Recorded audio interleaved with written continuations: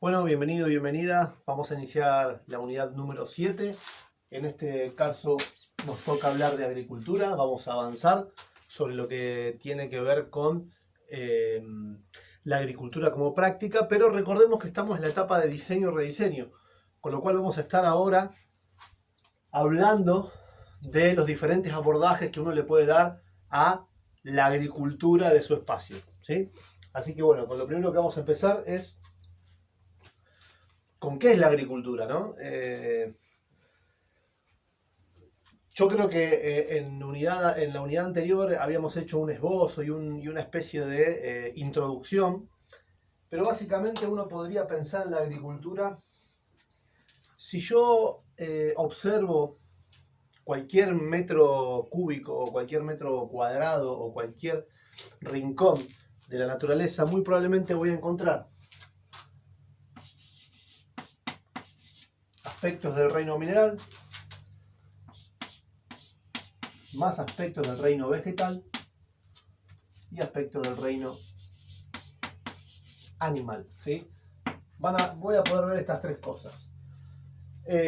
También podemos hablar del reino fungi, ¿sí? Que va a estar acá, como en este intermedio. Esto es a lo que le podríamos llamar naturaleza, ¿sí?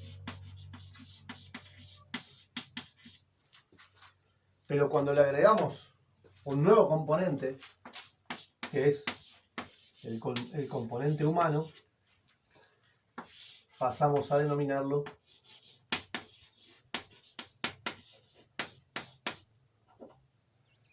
agricultura, ¿sí? Entonces la agricultura es el reino mineral, el reino vegetal, el reino animal, el reino fungi, más la mirada humana, más la participación del ser humano, más el acto de involucrarse en la transformación consciente de la naturaleza, ¿sí? A eso podemos llamar agricultura. Y es un concepto muy lindo porque es lo que también nos permite llegarnos hacia la naturaleza y acercarnos a ella desde un aspecto totalmente diferente y poniéndonos en un lugar de plena conciencia en que, en función de cómo nosotros gestionemos y nos manejemos frente a esto va a poder tener diferentes formas de expresarse y manifestarse hacia nosotros, ¿sí?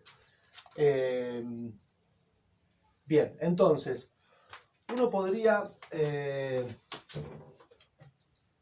empezar diciendo, o continuar diciendo, que la agricultura basa su existencia en el borde. La agricultura nace en el borde, nace donde está la oportunidad. ¿Cuál es ese borde?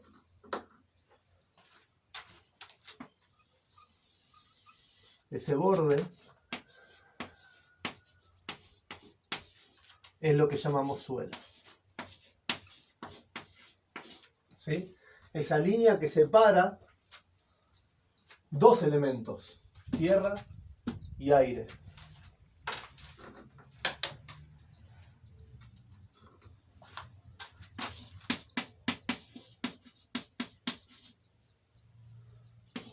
Incluso si nosotros buscamos, tanto en el libro de Bill Mollison como en el libro de Holmgren o en cualquier bibliografía de la permacultura, vamos a ver que en permacultura se habla de borde como aquella interfase existente entre dos elementos, ¿sí? Suelo. Vimos suelo en el encuentro anterior. Y acá tenemos cómo desde el grueso, desde el macro,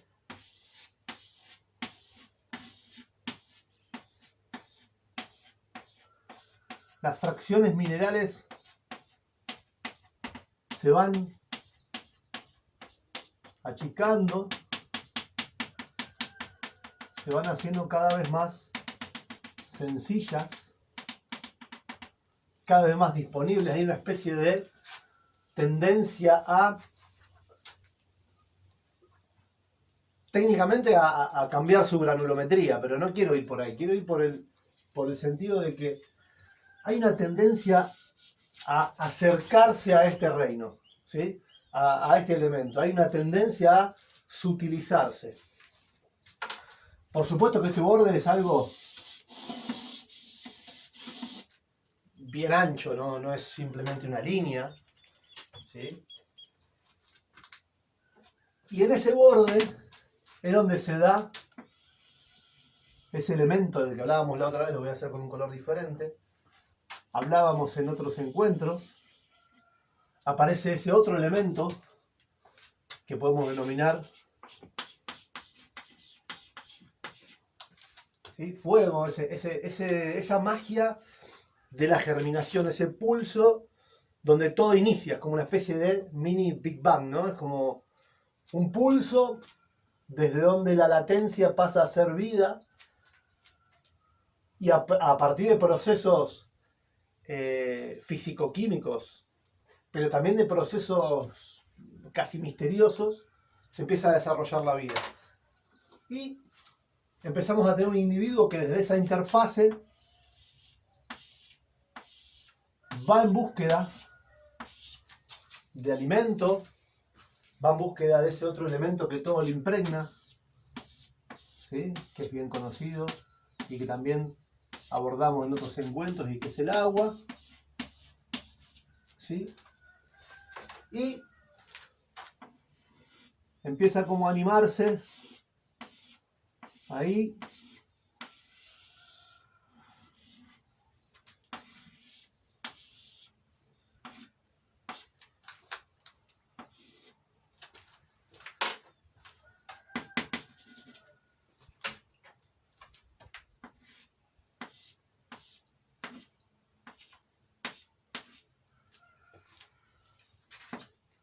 y da una flor, ¿sí? Termina dando una flor.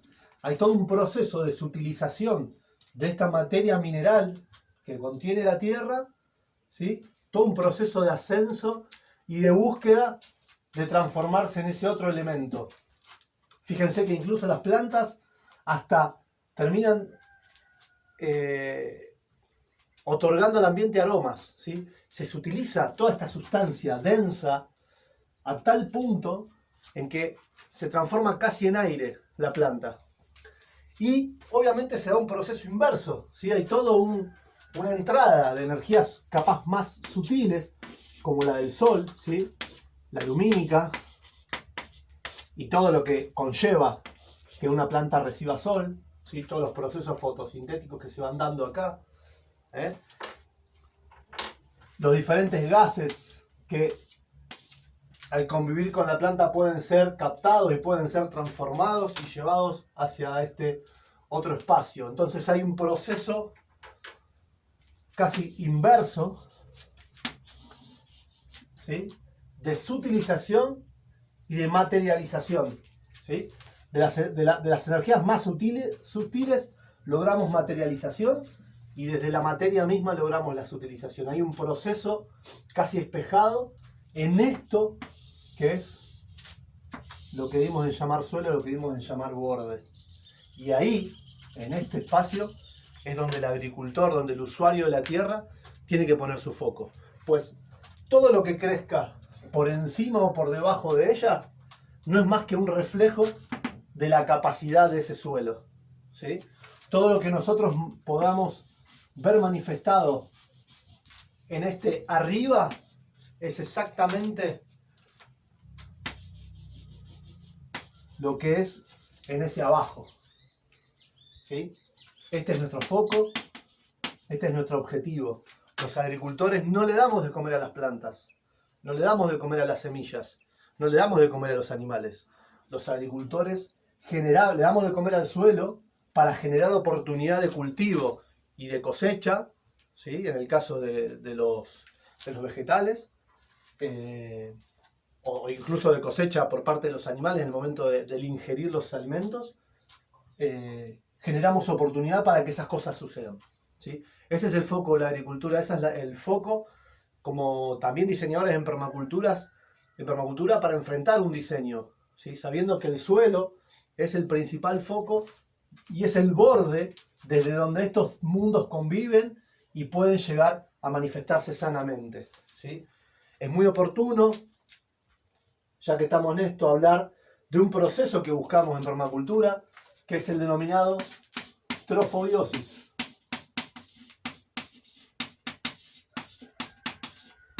¿Sí? La trofobiosis tiene un montón de lecturas y un montón de definiciones, pero pasándolo en limpio, básicamente son los procesos que se dan en el suelo que le permiten a una planta desarrollarse sanamente y desarrollarse fuertes, desarrollarse equilibradamente en cuanto a nutrientes y obtener de ese sustrato todo aquello que necesita, de índole alimenticio como también de índole reproductivo o de defensa, ¿sí? Todo eso está acá y nosotros trabajamos para generar procesos trofobióticos en el suelo a partir de un buen trabajo, de una buena conciencia y de un buen plan de gestión y manejo de los suelos, ¿sí? Es básico. Bien, cortamos acá y avanzamos un poquito más. Bueno, vamos a introducirnos y a avanzar sobre lo que tiene que ver puntualmente en el armado de un espacio productivo, ¿sí? Ya venimos gestionando a partir del análisis de sitio y de las oportunidades y lectura de la información. Estuvimos trabajando un poco con lo que era agua, estuvimos trabajando con la gestión de suelos. Ahora, entre la capacidad hídrica que tengo y los espacios que se van generando, esas islas que fuimos viendo, vamos a empezar a pensar en qué tipo de cultivos vamos a estar implementando en ese espacio, ¿sí? Entonces, para repasar un poquito, nosotros teníamos nuestro espacio productivo, teníamos nuestra capacidad hídrica, ¿sí? Que vamos a dar un ejemplo de que es de esta manera, ¿sí? Y esto a mí me generaba espacios, ¿sí? Para aprovecharse como zonas de cultivo. Cuando hablo de cultivo, no hablo solamente de agricultura, no hablo solamente de agricultura de vegetales, sino también me estoy refiriendo a oportunidades que pudiesen presentarse ante la explotación, entre comillas, de animales, ¿sí? Y la integración de animales en ese espacio. Pero lo que es manejo de animales va a merecer un capítulo aparte, con lo cual ahora vamos a hacer foco en lo que tiene que ver con lo productivo, con lo vegetal. Acuérdense que nosotros partíamos de lo mineral, luego pasábamos a lo vegetal, luego a lo animal y luego a lo humano, ¿sí? El humano va a estar por fuera porque hay estructuras que tienen que ver con lo humano, que se pueden planificar mucho antes, como por ejemplo la casa, cuando veíamos el primer inicio de croquis, ¿sí? Los caminos, los senderos, las infraestructuras. Pero después, en lo que tiene que ver con la gestión del espacio, uno puede arrancar con el reino mineral, empezando a pensar cómo va a distribuir las plantaciones en función de la disponibilidad mineral, de la disponibilidad de suelo. Luego podemos agregar el reino vegetal, con lo que tiene que ver con los cultivos, y en última instancia incorporar aspectos del reino animal a nuestro espacio, ¿sí? Porque lo vegetal trae oportunidad a lo animal. Si yo no tengo esto, con suelo y animales no hago nada, ¿sí? Necesito a este reino que es el iniciador de la cadena trófica, como habíamos visto, ¿sí? El que crea alimento a partir de la luz. Entonces vamos a empezar a pensar en qué espacio disponemos. También contamos con otra información, que era la zonificación que habíamos hecho, ¿sí? La zonificación que a mí me invitaba a repartir las estructuras, los elementos, en función de la cercanía con el punto cero o con el punto de mayor habitacionalidad por parte del humano, de mayor energía aportada por el humano, ¿sí? Entonces habíamos zonificado en función de eso. Con lo cual, ahora vamos a hacer una introducción de cómo vamos a dividir los espacios de cultivo en función de esto. Y vamos a hablar puntualmente de los espacios de cultivo, ¿sí?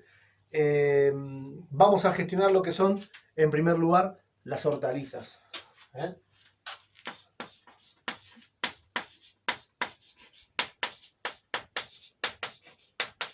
hortalizas. Nosotros vamos a empezar con la producción de vegetales de hortaliza, ¿sí? Que generalmente serán lo que denominamos huerto, ¿sí? Y cuando hablamos de huerto podemos tener varios tipos de huerto en función de cómo vayamos nosotros gestionando ese espacio. Por ejemplo, podemos tener lo que denominamos huerto cocina, que como su palabra lo indica, va a ser muy posiblemente, obviamente va a estar en la zona 1, y va a ser muy posiblemente un espacio en nuestra huerta, ¿sí? Que generalmente, si ustedes miran en la bibliografía, van a ver que hay como una especie de fetiche por darle formas indeterminadas al huerto cocina. Pueden ser huertos que se llaman en keyhole, que sería agujeros de cerradura, ¿sí? Donde yo tengo el camino central acá y tengo diferentes cultivos en esta zona. Podemos hablar de huertos medio como mandala, donde puedo tener acceso desde estos caminos hacia lo que sería el espacio de cultivo en sí. Podemos hablar de huertos en espiral, huertos espiralados, ¿sí? ¿Y por qué se asocia estas formas a lo que es el huerto cocina? Porque el huerto cocina principalmente tiene el objetivo de producir lo que se va a consumir fresco, la verdura fresca. Con lo cual tiene la característica de que las plantaciones no son, o las siembras, en caso de que sea la siembra directa, no son, yo no voy a encontrar bancales enteros de una misma especie. Yo voy a ir encontrando en los bancales diferentes especies, por ejemplo una lechuga, algún tomate, de repente un par de zanahorias, puedo encontrar algo de perejil, puedo encontrar rabanitos, puedo encontrar rúcula, puedo encontrar, no sé, incluso 2 o 3 plantas de papa, ¿sí? Entonces se generan cultivos mixtos que tienen la intención de que cuando yo salgo de mi hogar a buscar la comida del día, con un movimiento cercano a la zona que habito, puedo tener una gran variedad de alimentos. Y lo podés mezclar tanto como vos quisieses incorporar variedad a tu alimentación. Entonces también es una estrategia para diversificar la dieta, ¿sí? Lo lindo de esto también es que al tener formas que son, diríamos, caprichosas, ¿sí? En el buen sentido, obviamente, vamos a encontrar diferentes oportunidades de cultivo. Muy probablemente esta parte de acá va a recibir más insolación que esta de acá, ¿sí? Porque esto es una ladera norte y esto es una ladera sur, aunque sea en una pequeña escala. Quizá acá tengo una parte donde tengo algún frutal y se arroja más sombra sobre ese bancal, y acá tengo un poco más de humedad que en una parte quizá más de acá abajo donde tenga mayor insolación. Quiero decir con esto que cuando yo trato de trabajar con estas formas, lo que estoy haciendo es integrar más oportunidades de cultivo debido a la variedad de sombra, de insolación, de vientos, de humedad que me dan este tipo de conformaciones de bancal, ¿sí? Bien, también podría hablar de lo que sería el huerto productivo. Acuérdense que estamos trabajando con lo que es hortalizas, ¿sí? Huerto productivo. El huerto productivo tiene un objetivo un poco más, más allá de la cosecha cotidiana. Por ahí uno podría ponerlo en la interfaz entre la zona 1 y la zona 2, o incluso ya en zona 2, dependiendo del espacio. Son bancales que generalmente están orientados en norte-sur, que me permiten, voy a borrar un poquito lo que sería la... Ahí. Que me permiten hacer cosechas de guarda. Por ejemplo, en esta zona puedo hacer una siembra de papas con la intención de guardar papa. Puedo sembrar ajos con la intención de guardar los ajos anuales. Lo que no quita que tenga acá 2 o 3 ajos, o que tenga acá, como dije antes, algunas papas, ¿sí? Seguramente acá voy a armar un lugar donde tenga, no sé, una tomatera, ¿sí? Donde yo cultive tomates, no solo pensando en lo fresco, sino principalmente pensando en el tomate de guarda, para salsa, para dulce, para secar al sol, ¿sí? Entonces fíjense cómo ya empiezo a trabajar con otro tipo de estrategias, bancales más del tipo como el que vimos en los videos anteriores, bancal profundo, ¿sí? De 80 centímetros a 1 metro de ancho, buscando entre los 8 y los 10 metros lineales, ¿sí? Ya trabajo con espacios un poco más en grilla, espacios más organizados. Entonces, ya acá busco, bueno, si tengo mayor insolación en esta zona, quizá el tomate, la papa, no sé, la calabaza venga en esta parte, y si tengo más sombra ahí, quizá trabaje más acá con lo que tiene que ver con especies que se vean beneficiadas de esa sombra, por ejemplo, acelga, ¿sí? Para guardar acelga, o, bueno, ya irán viendo, ¿sí? Entonces tenemos huerto productivo, huerto pensado ya para cantidad o para guarda de esos elementos, ¿sí? De esos alimentos. Y después puedo tener ya huertos, ¿sí? de producción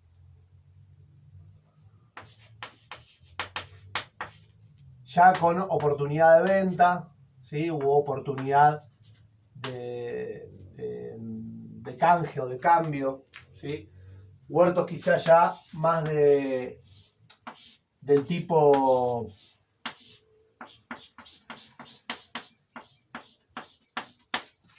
macizo, ¿no? O lo que podemos llamar quinta, por ejemplo, maíz, algún cuadro de cereales, podemos tener algún cuadro de producción de frutilla, algún cuadro de producción de frambuesa, algún cuadro destinado a la producción de choclo, a la producción de calabazas, de sandías, de melones, ¿sí? Ya estamos hablando de espacios que requieren, o de cultivos que requieren más cantidad de espacio, y hablamos de un manejo diferente, porque una cosa es tener acá todos los días que salir a cortar y a cuidar estos tomates, a cosechar, y otra cosa es la energía que yo necesito para esta segunda instancia, ¿sí? O para esta. Por ejemplo, los melones, ¿cuántas veces voy a ir a ver cómo están? O los zapallos. Son cultivos muy sencillos que se cuidan prácticamente solos, y simplemente con algunas visitas yo puedo tener una idea de cómo viene eso. En cambio acá, teniendo tanta variedad de cultivos y tanto reemplazo también, porque si yo saco 2 o 3 plantas de lechugas, muy probablemente ya vuelva a trasplantar lechugas que tengo reservados en una plantinera, vuelva a trasplantar para reponer eso que saqué. Esto está en continuo movimiento, ¿sí? Diferente es acá, donde el zapallo que yo cosecho, lo voy a cosechar una vez en la temporada, y esta zona después pase a ser quizá durante el invierno para pastura de pollos, ¿sí? Entonces voy alejando en función del mismo concepto de la zonificación los espacios de cultivo. Para esto es muy importante también que aborden el manual de introducción a la permacultura, donde hay mucha idea, mucho gráfico, mucha cuestión esquemática que nos permite a nosotros tener ideas para nuestros espacios, ¿sí? Bien, cortamos acá un minutito y seguimos. Bien, vamos a hablar entonces un poco ya lo que tendría que ver con la organización del huerto, ¿sí? Los huertos tienen algunos componentes que son para mí principales. Yo los voy a enumerar y después vamos a ir charlando sobre cada uno de ellos, ¿sí? En primer lugar tenés un lugar de aromáticas, ¿sí? También vas a tener incorporada 4 bancales de hortaliza. Obviamente yo lo que te voy a dar acá es una forma de organización. Esto puede variar, ¿sí? Pero esto nos permite una rotación que también vamos a ver. Vamos a tener una zona de perennes, que es muy importante lo que es perennes, porque la agricultura perenne es mucho más sencilla que la agricultura de plantas anuales o bianuales, ¿sí? Vamos a tener una zona de siembra barra almácigo, ¿sí? Que es el lugar donde uno hace la siembra de las semillas de aquellas plantas que después van a trasplantarse. Podemos también tener un bancal de mantenimiento.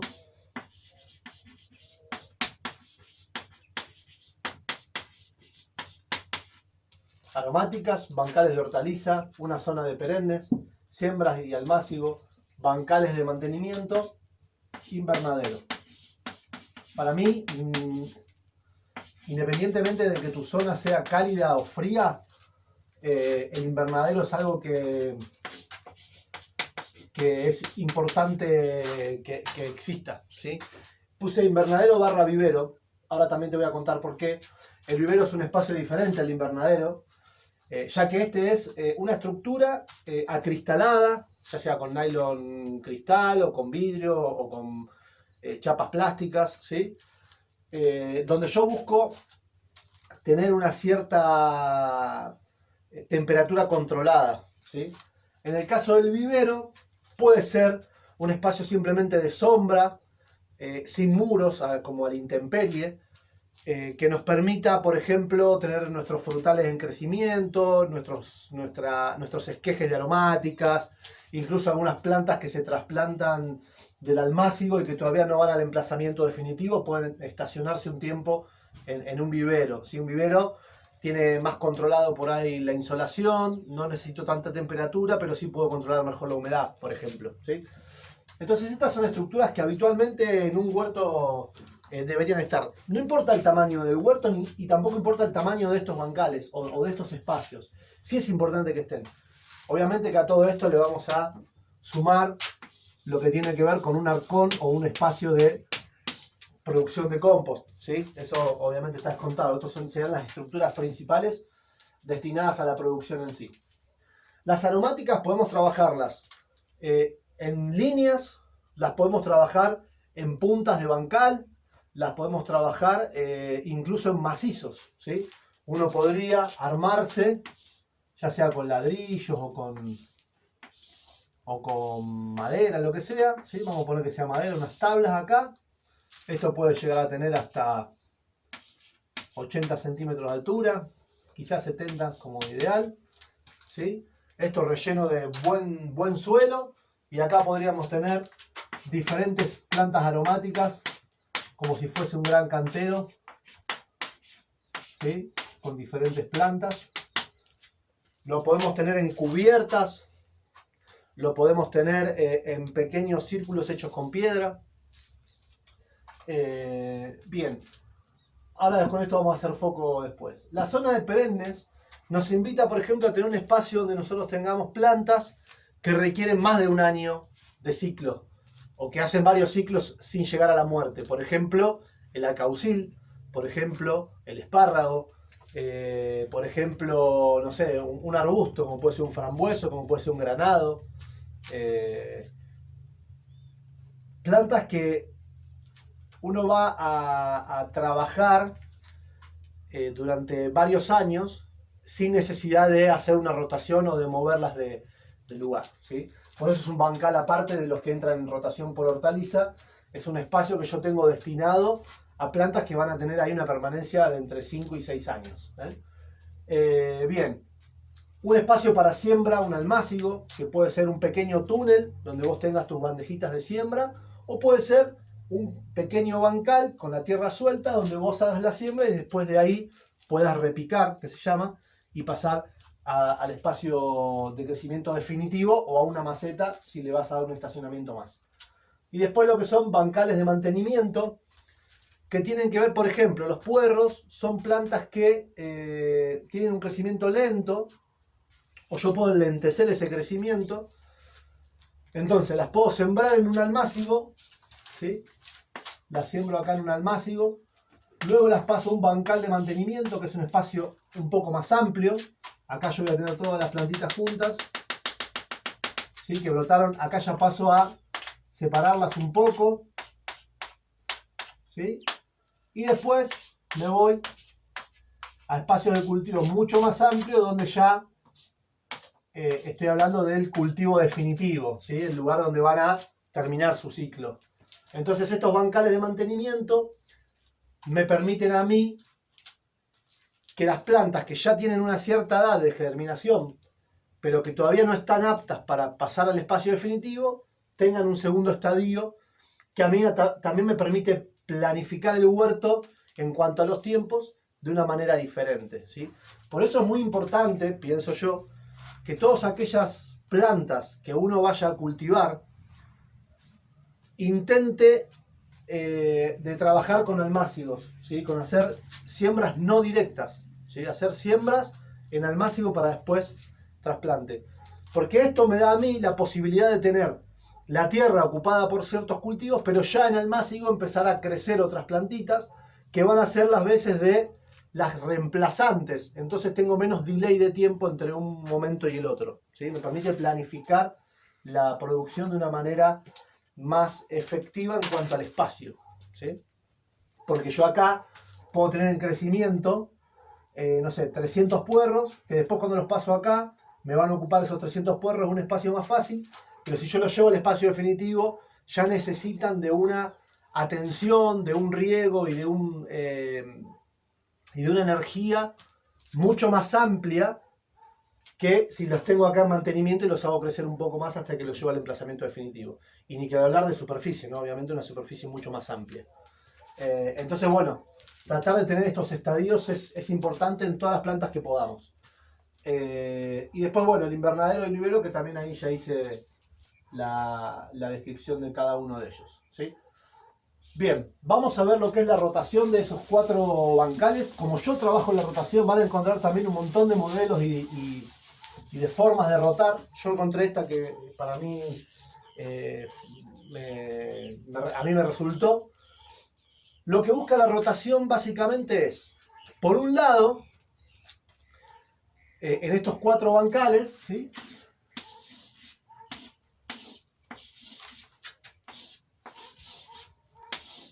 Cuatro son el mínimo. Si uno podría tener un comodín más y hacer un 5.º bancal, sería fantástico. Ahora vamos a ver por qué, ¿sí?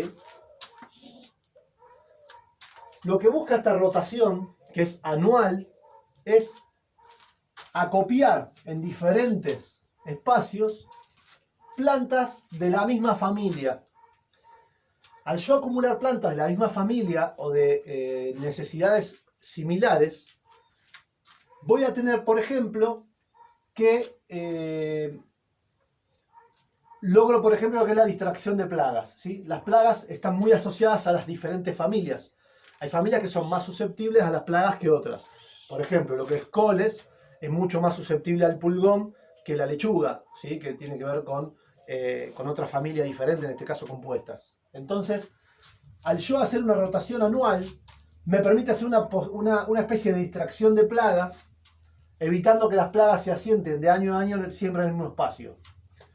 Y a la vez, cada familia tiene necesidades nutricionales diferentes, con lo cual una familia que está un año acá va a usar un determinado tipo de nutrientes que al pasar al nuevo espacio van a encontrar, y acá voy a introducir una nueva familia que hace uso de nutrientes diferentes, con lo cual también se van a ver beneficiadas, ¿sí?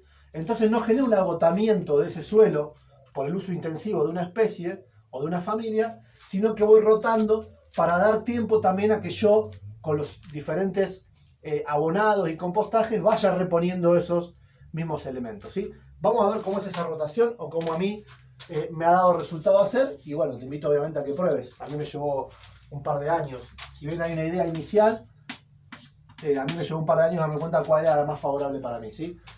En este bancal, que vamos a denominar A, por ejemplo, ¿sí? Vamos a poner todo lo que son coles y legumbres, ¿sí? Cuando hablamos de coles y legumbres, cuando hablamos de coles, perdón, o crucíferas, estamos hablando brócoli, repollo, coliflor, repollito de Bruselas, rabanito, rábano,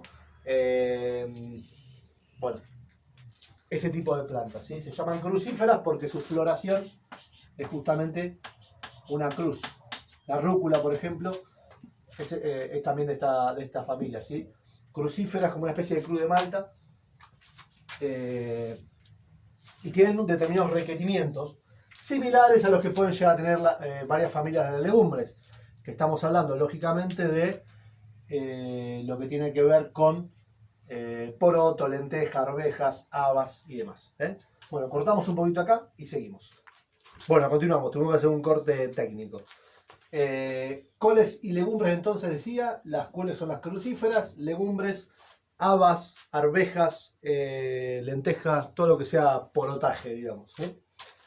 Bien, en el otro bancal vamos a poner lo que son raíces. Acá no importa mucho la familia. Yo personalmente utilizo básicamente dos raíces. Por un lado lo que es zanahoria. Por otro lado lo que es remolacha. ¿Sí? Si tengo un poco de espacio, le sumo alguna cebolla, que si bien no es una raíz, es un bulbo que crece bajo tierra. ¿Sí? Repito, es un esquema organizativo. ¿Sí? Luego, en el bancal número C, vamos a poner lo que son umbelíferas y liláceas. Ahora vamos a ver cada una de esas familias. ¿Sí?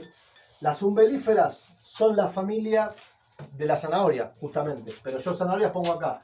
Acá pongo, por ejemplo, hinojo, apio,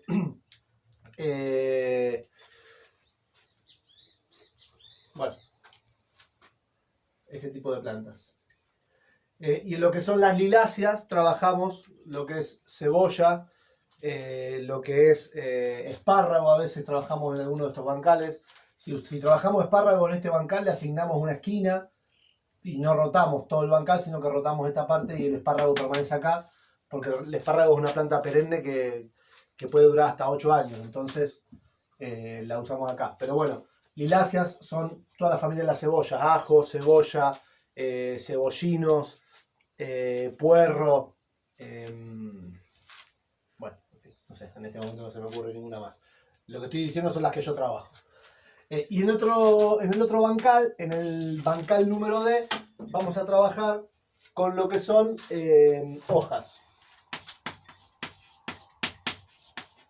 ¿Sí? Las hojas que vos consumas. Yo acá también mezclo las familias.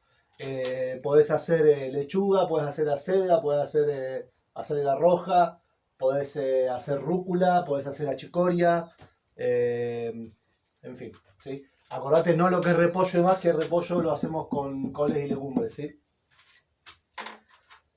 Básicamente, con estos cuatro bancales ya tenemos cubierto, yo tengo cubierto la mayor cantidad de plantas que consumo.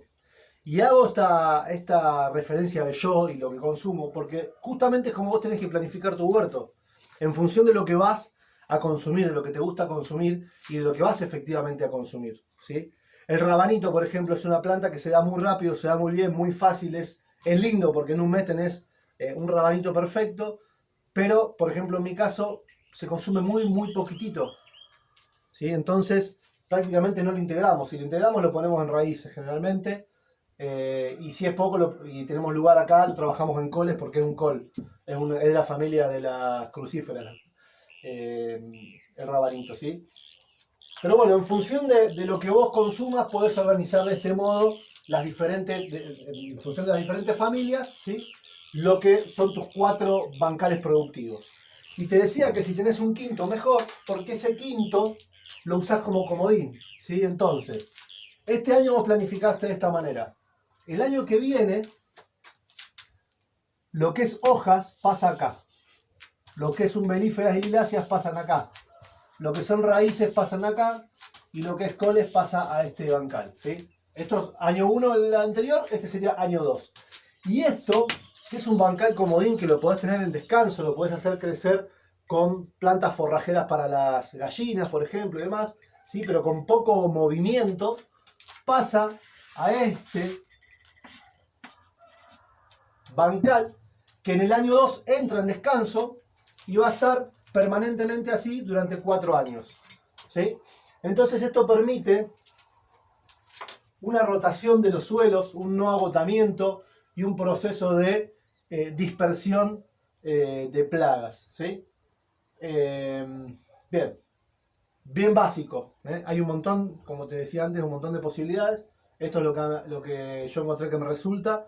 Un poco es congruente con lo que la mayoría de las bibliografías manejan, así que te lo comparto desde ese lado. ¿Sí? Bien, entonces vimos ahí lo que era rotación del espacio de la huerta. ¿Qué más tenía para compartirte? Familias. Vamos a hacer acá una lista de familias como para ir conociendo un poco. Esto también está en cualquier bibliografía, pero creo que no está de más. ¿Sí? Vamos a arrancar con compuestas. Compuestas. Tenemos lechuga. Tenemos achicoria. Voy a tratar de poner las que más se utilizan, ¿sí? Bueno, un girasol es una compuesta. ¿Sí? El diente de león que tanto hablamos es una compuesta. ¿Sí? El acaucil es una compuesta, si bien vos la vas a trabajar seguramente en perennes. Es un cultivo bastante sencillo el acaucil, parece que no, pero es un cultivo interesante. Liláceas. Las familias obviamente son muchísimas. Yo voy a traer acá las más utilizadas por nosotros culturalmente en lo que es hortalizas. ¿Sí? Cebolla, puerro, ajo, verdeo. Verdeo todos, ¿no? Cebollines, espárragos decíamos antes. Estas familias están identificadas a partir de la floración, con lo cual comparten una flor muy similar una de otra. En la clase práctica lo vamos a ver. Vamos con compuestas liláceas, vamos con quenopodiáceas.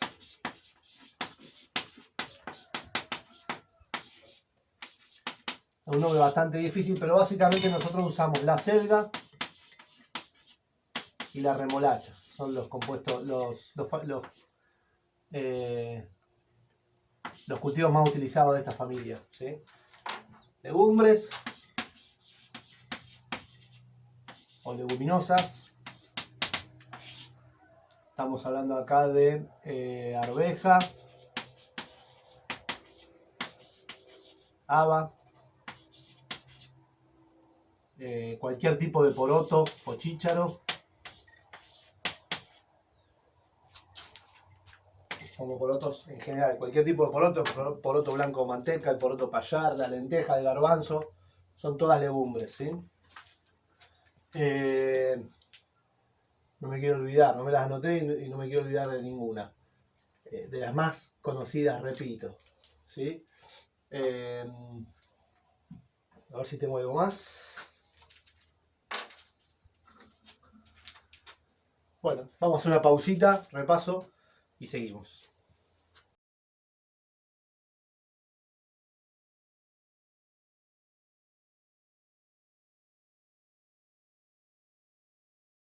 Bueno, continuamos. Tenemos crucíferas, que ya habíamos hablado un poquito recién. ¿Sí? Que tenemos todo lo que es la familia de los coles. Repollo, ya sea rojo, colorado, ¿sí? Brócoli, coliflor, rúcula, rabanito, Bruselas. Bueno, en fin. ¿Sí? Después tenemos solanáceas. Solanáceas, que es toda la familia del tomate. ¿Sí? Tomate. Todo lo que son los morrones. Berenjenas.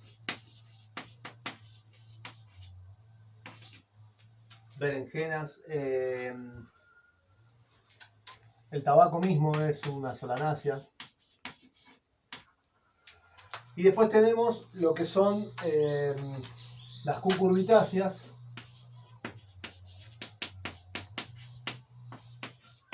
Las cucurbitáceas son toda la familia de los zapallos, ¿sí?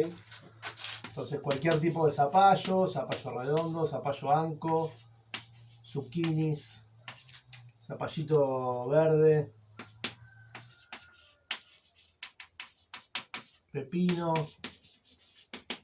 sandía, melón, etcétera, etcétera, ¿sí?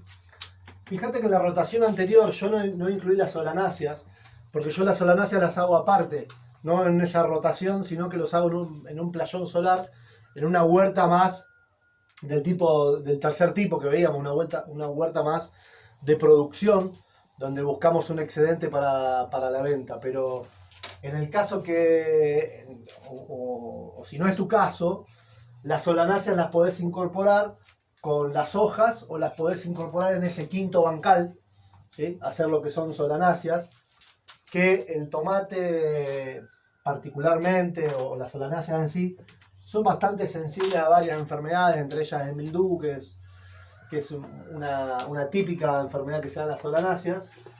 Entonces es muy importante generar rotaciones, ¿sí? Bueno, y acá entraría una familia más que habitualmente se cultiva, que son las gramíneas. Las gramíneas, entre las cuales entran los cereales, ¿sí? Podemos hablar de trigo, avena, cebada, centeno.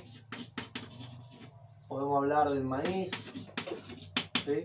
Son cultivos ya de una escala un poquito más amplia y obviamente tienen que ver generalmente con la guarda, ¿sí?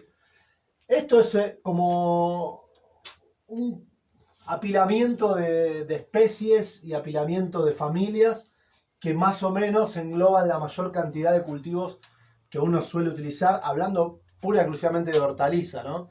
Después en lo que es frutas tenemos otra cantidad de familias. Pero bueno, acá hablamos particularmente de la hortaliza, ¿sí? Esto sirve también para organizarnos, para hacer esas rotaciones, y también para conocer un poco más acerca de la naturaleza de cada una de las plantas en sí. Bueno, avanzamos un poco más. Bueno, vamos a avanzar un poquito ahora en lo que tiene que ver con los frutales, ¿sí? Vimos aromáticas, vimos hortaliza. Podemos hablar de un intermedio en lo que son los arbustos, que tenemos arbustos de fruta, tenemos algunas plantas que se pueden tratar como arbustos de hortaliza, como decíamos antes, los acauciles, por ejemplo, o incluso algunos arbustos que podemos tratar como aromáticos, como puede ser un romero, ¿sí? Por eso no me voy a meter en lo que es arbustos en sí, pero bueno, ahí entran granados, frambuesos, si hablamos de fruta puramente o propiamente dicha.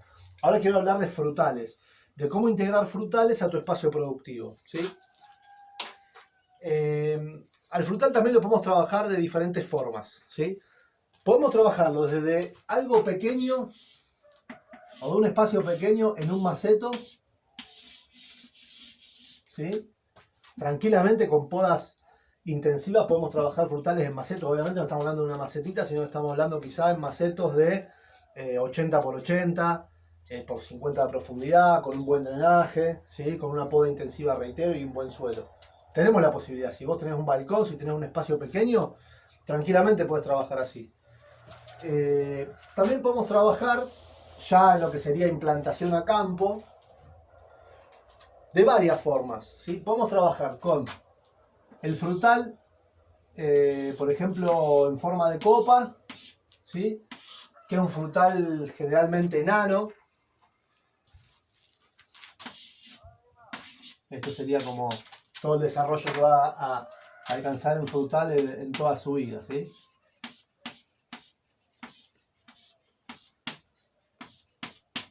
¿Sí? Si yo me tuviese que llevar a escala acá, más o menos tendríamos esta altura de persona, ¿sí? Estamos hablando de frutales que como máximo están en los 2,50 metros de altura, ¿sí? Esto nos permite hacer un uso intensivo del árbol y un uso intensivo del espacio también. Obviamente, árboles llevados a esta proporción de copa nos permite apilar un poco más en el espacio los diferentes árboles productivos, pero obviamente con un cuidado más intensivo, con lo cual la forma en la que yo trato al árbol frutal va a hacer también que se ubique en una zona diferente en un diseño, ¿sí? Si yo tengo este tipo de trabajos, muy probablemente lo tengo en una zona 3, ¿sí? Ahora, si tengo una copa todo viento, que es dejar que el árbol se manifieste según su propia naturaleza, ¿sí? Bueno, estamos hablando de árboles como el nogal que pueden llegar a tener unos 30 metros de altura, ¿sí? Unos 20, 25 metros de altura tranquilamente. Olivos que pueden llegar a tener la misma cantidad de altura. Castaños que pueden llegar a los 50 metros, ¿sí? Entonces, con ese tipo de manejo, muy probablemente esos frutales estén en una zona más tipo 5. Pero me quiero centrar acá, porque esto a mí me permite mayor un uso más eficiente del espacio, me permite una eficiencia mayor en la cosecha. Son árboles mucho más fáciles de cosechar que estos, obviamente por la altura. Me permiten controlar mucho mejor lo que tiene que ver con plagas. Y la poda intensiva, pensando en la fructificación, me permite buenas cantidades de fruta de buen tamaño en periodos más cortos de tiempo, ¿sí? en tiempos más cortos, con lo cual eso va en detrimento de la vida útil del árbol. Muy probablemente estos árboles, si yo tengo un manzano trabajado de esta manera, un ciruelo trabajado de esta manera, va a durar una determinada cantidad de años, muy diferente a si yo lo tuviese a todo viento, donde el árbol cuenta con mucho más recursos, con lo cual la vida útil se va a extender, ¿sí? Vamos a ver en la práctica cómo hacemos esta poda para lograr esto, pero ahora quiero que nos quedemos con esto, porque el uso o el modo de tratamiento de los árboles me va a dar también el lugar donde los voy a implantar. Hay algunos árboles, como por ejemplo el manzano, que permiten también lo que denominamos, ¿sí?, la espaldera, ¿sí?, que son árboles llevados muy similarmente a como si fuese una vid.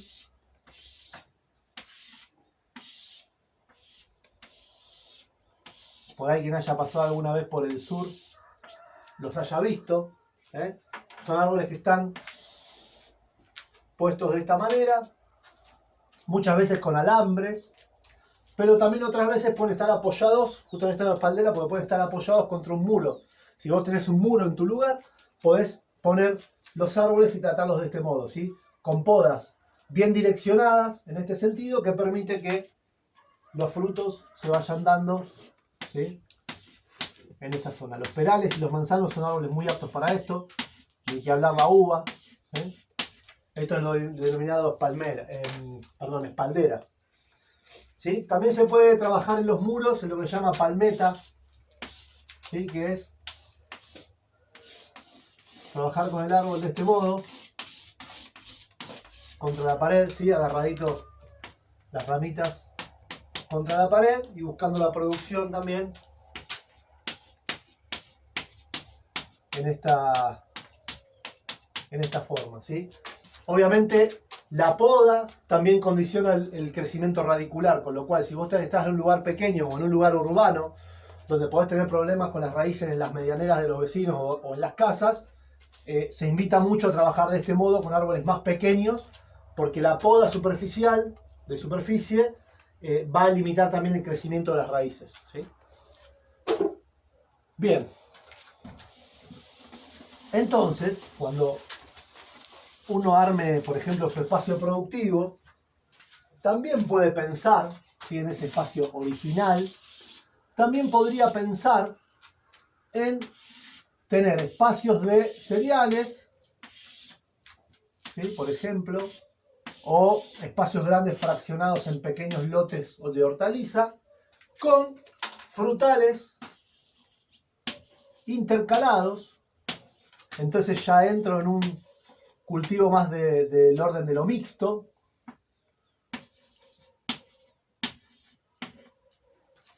Árboles trabajados en copa o en vaso, de porte más pequeño, y ya tengo integración de los cultivos, ¿sí? Entonces ya tengo un solapamiento muy parecido a cuando veíamos cómo se conformaba un monte, un bosque, ¿sí? A cómo se comporta ese monte. Yo tengo árboles de exponentes grandes y tengo niveles herbáceos, niveles arbustivos. Si yo pienso en ese patrón y lo aplico a mi diseño, esos árboles pueden ser los árboles frutales y el nivel más bajo pueden ser los cereales, las hortalizas, las aromáticas. Empiezo a trabajar integradamente tal cual sucede en la naturaleza, ¿sí? Empiezo a integrar y logro también beneficios mutuos que a veces escapan incluso de mi propio entendimiento, ¿eh? Entonces también te invito a pensar en este tipo de gestión del espacio. Bien, y ahora vamos a hacer una introducción a lo que tiene que ver... Bueno, cortamos un poquito y avanzamos. Vamos a trabajar un poquito, o vamos a charlar un poquito con lo que son los cereales, ¿sí? Que verdaderamente que te invito a que lo pruebes porque necesitas mucho menos espacio de lo que pensás, ¿eh? Y uno podría utilizar la producción de cereales para diversas cosas. Podría ser para consumo, como consumo de cereal en sí, la semilla. Podría ser como abono verde. Podría ser como forraje o como alimento de los animales. Podría ser incluso como alimento nuestro. Nosotros todos sabemos que el pasto de trigo es comestible y hay gente que hace licuados y que hace incluso terapias o dietas a partir de eso. O podemos utilizarlo para descansar espacios o para hacer cultivos de mulch. Entonces, yo te cuento que las especies que más utilizo de cereales son la avena. La avena, que es un cultivo interesante, por ejemplo, si tenés animales, ya sea para darles de comer el verde o para después guardar la semilla, porque es una planta que resiste varios cortes, ¿sí? Yo la dejo crecer antes, obviamente, de que haga la floración o que haga que forme la semilla en sí. La cortás, ¿sí? Dejando lo que se llama tamaño de puño, o sea, suelo y corte acá arriba. La cortás al puño. Y esto permite hasta, por lo menos en esta zona yo he tenido hasta 3 o 4 cortes, ¿sí? O sea, yo corto, la planta vuelve a crecer, corto, vuelve a crecer, corto, vuelve a crecer. Es una gran cantidad de materia orgánica para una temporada. Entonces para mulch, para abonos verdes, incluso para incorporar verde a los abonos, para darle de comer a las gallinas, nosotros utilizamos mucho para las cabras, ¿sí? La avena es un cereal muy, muy interesante. Otro cereal que yo utilizo mucho es el trigo, que tiene que ver, nosotros lo usamos obviamente como panificable, ¿sí? Pero lo mismo podría también ser para darle de comer a los animales. Obviamente la avena es muy barata y es lo que más conviene. Después podés utilizar, si te gusta hacer cerveza y tenés espacio, podrías hacer cebada. La cebada se da muy bien en muchos lugares. Es un cultivo que que le gusta el frío, no tiene problema con el frío, no tiene problema con el tipo de suelo. Pueden ser suelos muy polvosos y la cebada viene bien igual. Esa por lo menos es mi experiencia con cebada cervecera. Así que bueno, también te invito. Otro cultivo interesante es el centeno. El centeno es una planta que genera un gran sistema radicular en el subsuelo, con lo cual abre mucho los suelos, airea, oxigena, suelta, captura nutrientes y los hace ascender. Y es una planta también muy fácil de multiplicar en tu espacio, ¿sí? Así que le puedes dar o un rincón, o un sector, puntas de bancal, incluso hacer una siembra combinada para las gallinas. El centeno es una buena planta. Y obviamente el maíz, que nosotros lo hacemos para choclo y demás, y que además es una planta que es totalmente aprovechable porque una vez que vos cosechaste la mazorca, toda la planta en sí es comestible para cualquier animal, y les encanta, y si no, para cualquier compost. Así que bueno, te invito a incursionar en los cereales y a planificar lo que tiene que ver la introducción de cereales en tu espacio. Nosotros tenemos muy buena experiencia con cereales. Nosotros acá con trigo estamos teniendo en espacios que van de los 10 metros a los 5, o sea, en 50 metros cuadrados, hemos llegado casi a los 25 kilos de trigo, ¿sí? Estamos sacando algo así como medio kilo, entre medio kilo y 700 gramos por metro cuadrado cultivado. Es un montón, para nosotros es un montón. Nosotros hoy asignándole 100 metros cuadrados al trigo, estamos teniendo entre 50 y 60 kilos de cosecha, ¿sí? Y con eso más o menos tenemos el trigo anual que utilizamos nosotros. 100 metros cuadrados, fíjense que estamos hablando de una superficie verdaderamente pequeña para un diseño de mediana escala.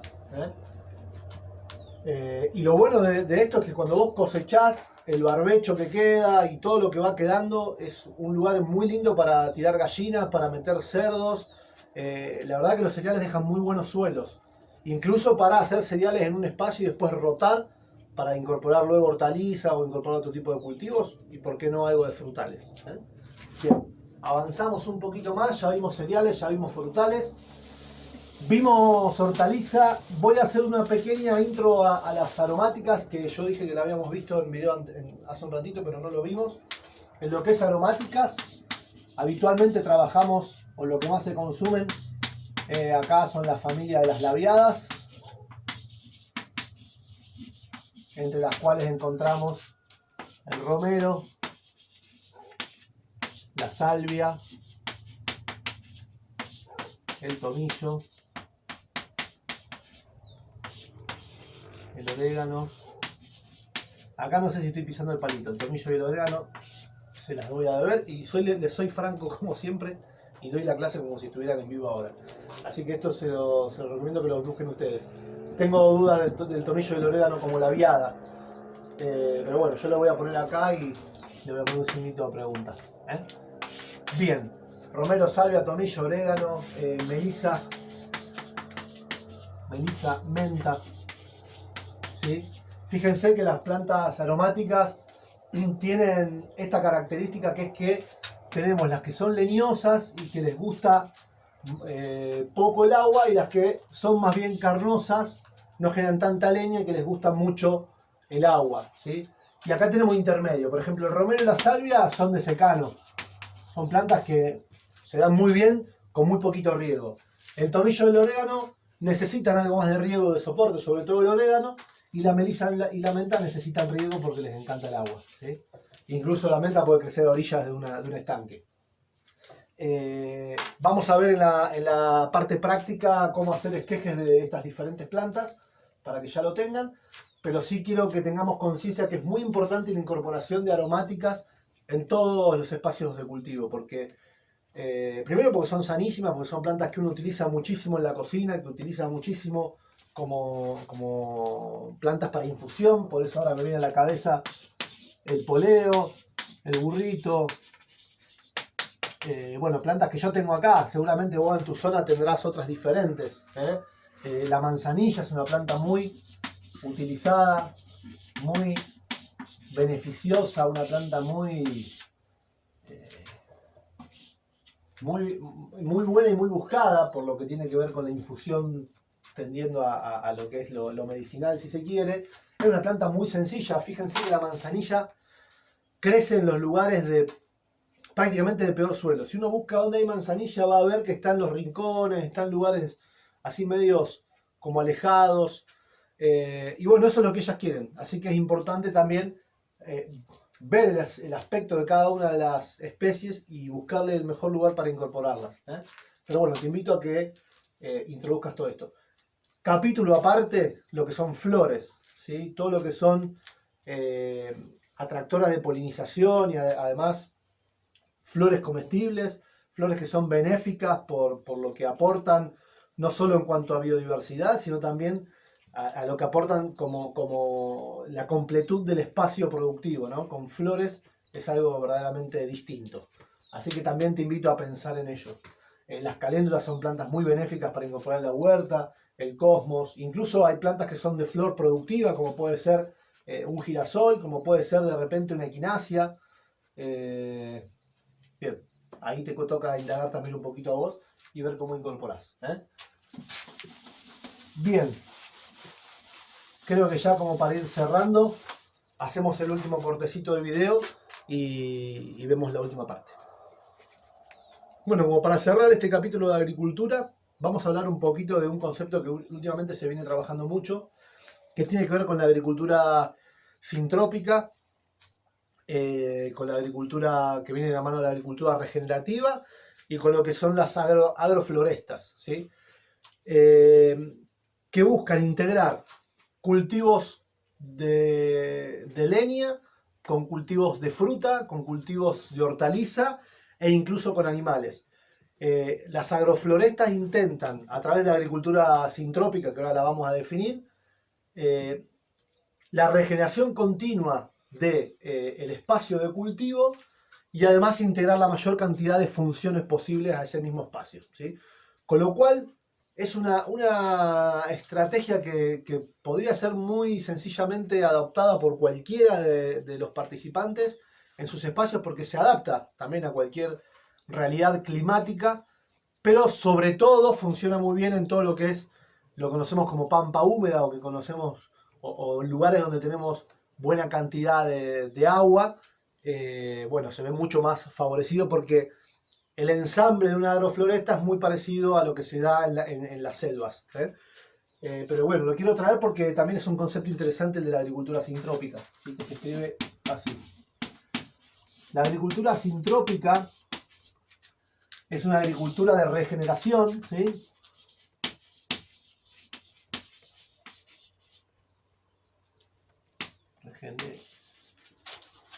De regeneración, donde básicamente lo que se busca es impulsar continuamente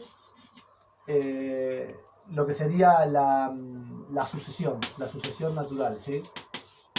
A través de la sucesión natural es como se impulsa este sistema. Básicamente tiene que ver con producir en cada metro cuadrado de ese espacio no solo todo el alimento que va a utilizar o que vamos a cosechar, sino también toda la materia orgánica capaz de volver a nutrir el suelo luego de cada cosecha. O sea, es como, en lugar de generar procesos de compostajes aparte, generamos compostas como si fuesen compostajes de materia verde en el mismo espacio. Materia verde y además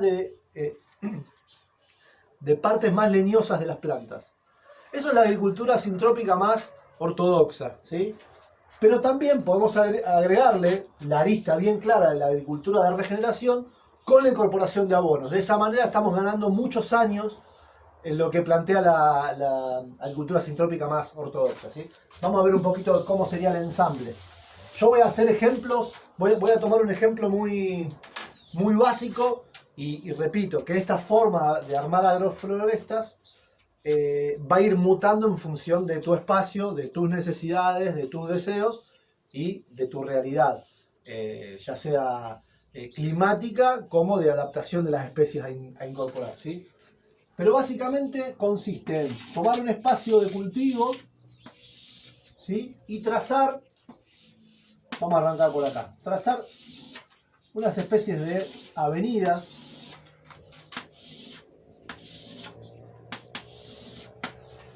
que generalmente tienen unos 5 metros de ancho, ¿sí? Y empezar a ensamblar cultivos de diferentes alturas, diferentes estratos, ¿sí? Por ejemplo, vamos a tener acá cultivos productivos en formato de árboles,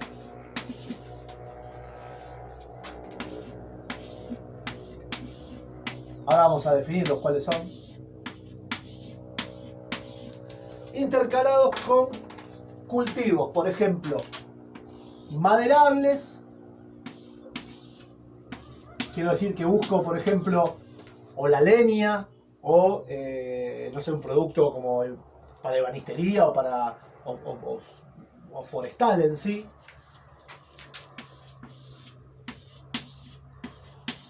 Con cultivos quizá más productivos de mayor porte. Espero que se vea la diferencia de colores. Con cultivos de hortaliza.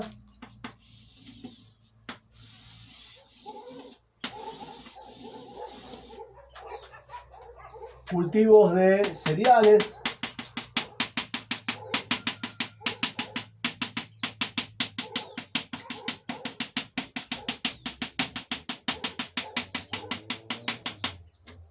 Y por ejemplo cultivos, vamos a poner acá de animales, vamos a poner acá, cada puntito naranja, amarillo es una gallinita. ¿Sí?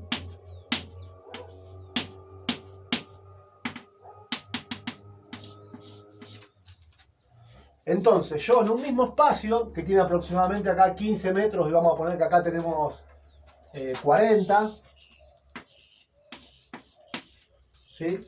Yo estoy teniendo especies frutales, fruta, integradas con arbustos, integradas con,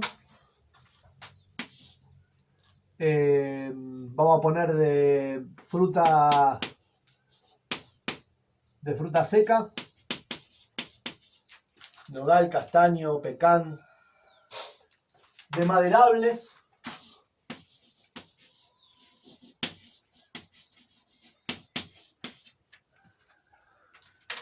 con cereales, con hortaliza,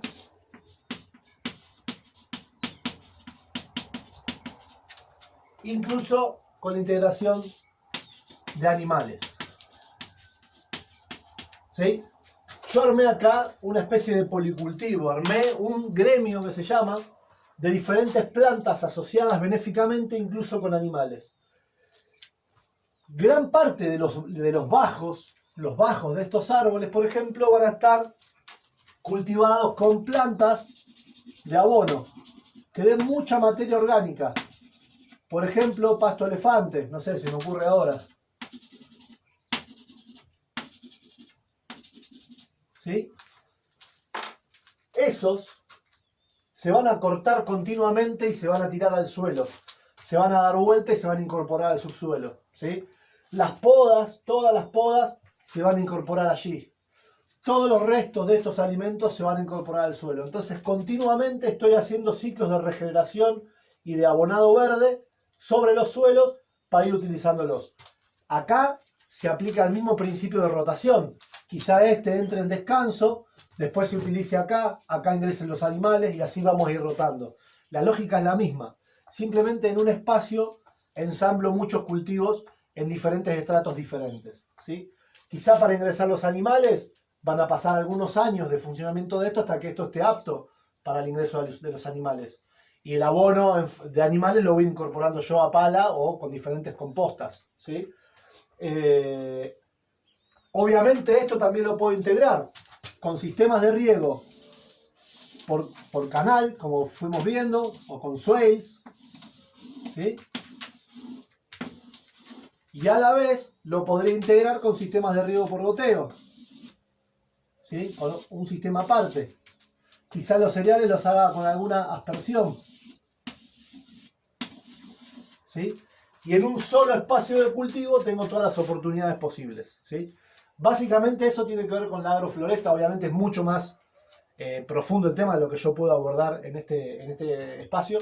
Pero la idea siempre del curso es invitarte a investigar, invitarte a, como diseñador, tratar de conocer el abanico de oportunidades que tenemos, escoger la mejor técnica para el mejor momento para poder aplicarla en un diseño. ¿Sí?